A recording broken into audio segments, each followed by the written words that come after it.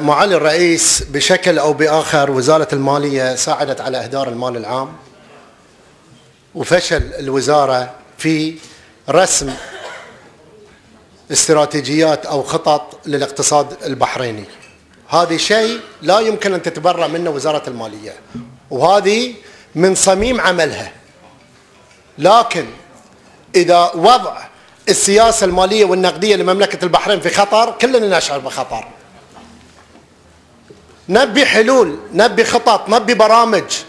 احنا ازمات تمر علينا. لو صارت ازمه ونزل النفط على المتغيرات الاقتصاديه والعالميه، نزل النفط للنص، شنو عندنا خطط بديله؟ ما عندنا ولا شيء معالي الرئيس.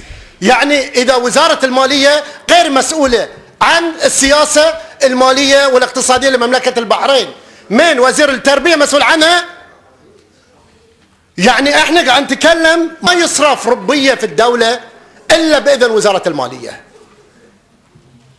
كيف احنا يعني نقعد نلوم الاخرين ونقط اللوم على الاخرين ونقول ان في ازمه وفي ازمه؟ انزين انا شنو دوري؟ في ازمات، انا ادري ان في ازمات، انا شنو دوري هني؟ مو اعدد خطط لاتجنب هذه الامور اللي بتصير في المستقبل؟ يعني راح نوصل الدوله للافلاس؟ معالي الرئيس، هاي ما يرضي احد.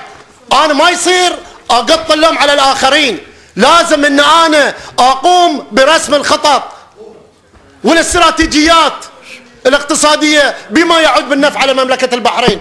لما يقول ان ممتلكات مو بيد الراعي الاقتصادي والاستثماري لمملكه البحرين، هل دخلت فلس واحد على المملكه من انتشائها من 2006؟